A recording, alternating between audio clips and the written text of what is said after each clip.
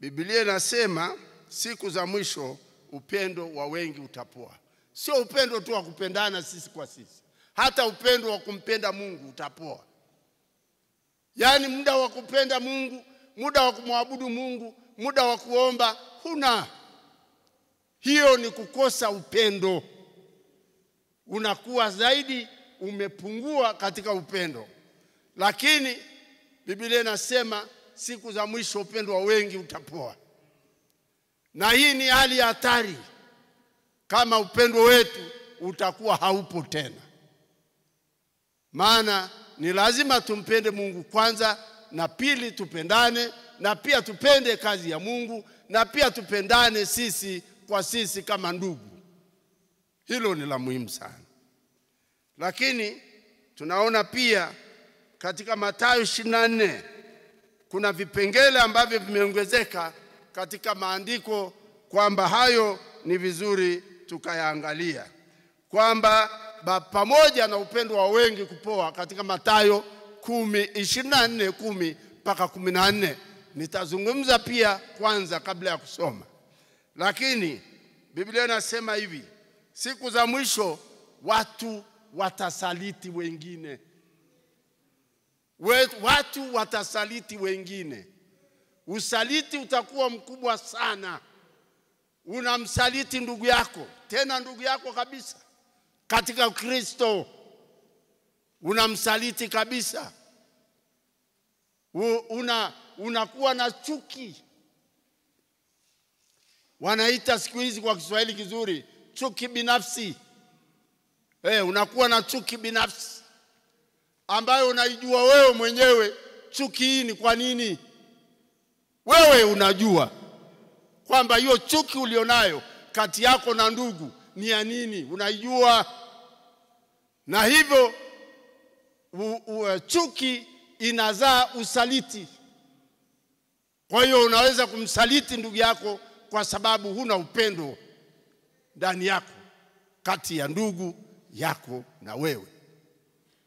Kwa hiyo haya ni mambo ambayo yanatajwa katika Mathayo 24 na kuanzia mstari wa 10 na kuendelea, kwamba watu watasalitiana kwa sababu upendo umepungua. Na pia Biblia inasema maasi yataongezeka. Maasi tunaona leo yameongezeka kwa kipimo na kwa kiwango cha juu sana. Lakini Biblia inasema ni hatari sana kwa hali hiyo ikitujia, kwa sababu Yesu akija atatukuta wala hatuko karibu kumgoja.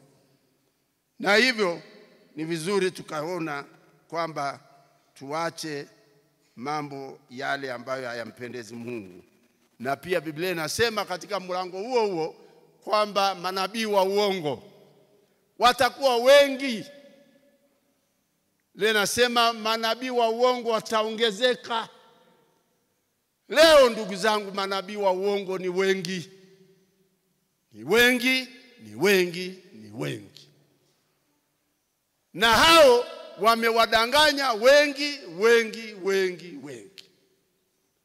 Lakini ni vizuri wewe ukamwamini Mungu kwanza, na pia ukapokea kipawa cha Roho Mtakatifu pili, ili kwamba ufahamu wako uweze kufafanua manabii wa uongo. Watu wengi wanaenda kwa yale ambayo wanaambiwa, sio yale ambayo wanapokea kutoka kwa Mungu. Wanaambiwa kwamba Mungu ameniambia kwamba wewe ufanye hivi. Wao wanafuata tu kama kondoo wa kwenda kuchinjwa, na wanachinjwa. Lakini leo kanisa la Mungu la Matendo ya Mitume ni lazima tuamini Roho Mtakatifu. Narudia tena, kanisa la leo ambalo ni la Kipentekoste, hilo kanisa lazima kila muumini aamini nguvu za Roho Mtakatifu. Hizo ndizo ambazo zitakuokoa na manabii wa uongo.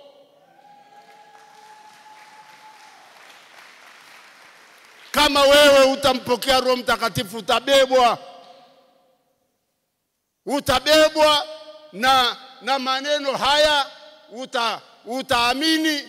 Ukienda kesho utaambiwa haya, utayaamini. Ukienda kesho utaambiwa haya, utayaamini. Na mwisho wa mwisho wewe utakuwa umepotea. Hutakuwa mtu, maana una ufahamu.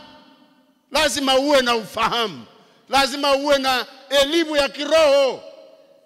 Sio hii tu. Leo ukisoma Biblia hii bado, hata ukisomeshwa Biblia hii bado.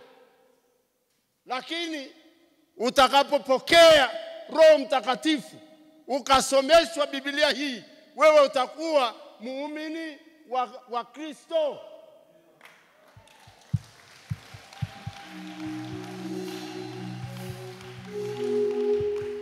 Ukiambiwa jambo lolote linakuwa filtered,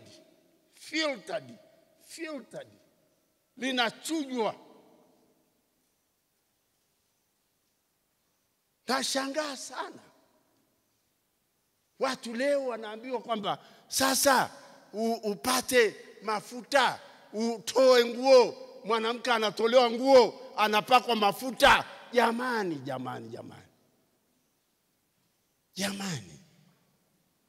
Jamani, tunaenda wapi? Unafuata manabii wa uongo.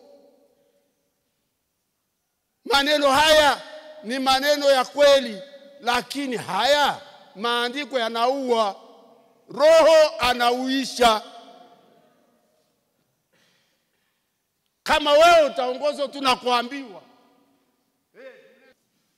utakufa, you will die, utakufa kiroho, wala utafika popote. Hii ni dunia yenye watu majambazi, wezi, madanganyifu.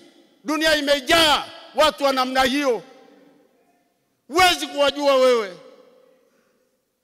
Utajua wapi jambazi? Hakuja Bwana asifiwe, Bwana amenituma kwako, nakupenda, nataka nikuoe. Roho alizungumza na mimi kutwa, nikaenda kulala, bado Roho yuko anaongea, amezungumza na mimi.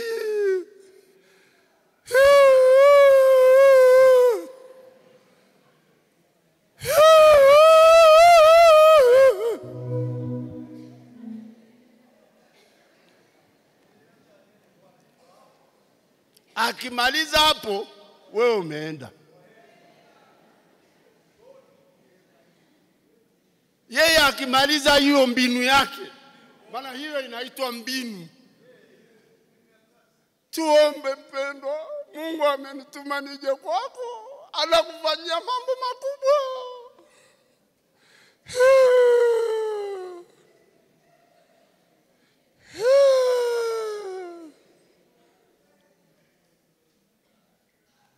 Ndio manabii wa sasa, na mtaona cha moto.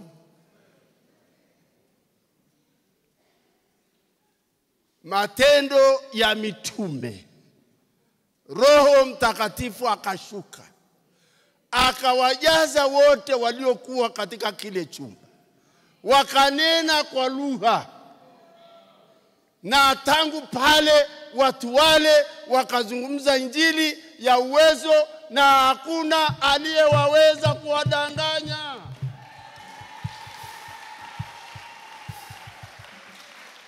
Hakuna.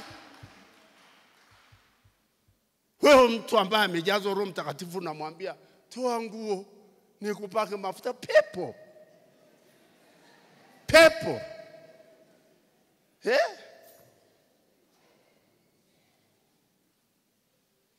Kanyaga mafuta ya nini? Watu wanakufa, alafu mnaona huyo ni nabii. Hakuna mtu aliyekwenda kwa Yesu ambaye alikuwa nabii wa kweli akafa. Hakuna. Biblia inasema waliokwenda kwake wenye mahitaji wote wakaponywa. Wote wakaponywa. Hiyo ndio injili. Hiyo ndio injili ambayo hiyo ndio tunayoiamini. Sio mafuta, maji, chumvi, mambo haya takataka. Takataka. Mnanunua maji shilingi 10,000, 50,000. Udanganyifu, uongo. Hiyo sio injili. Injili ni neno la Mungu ambalo aliuzwi. Neno la Mungu aliuzwi.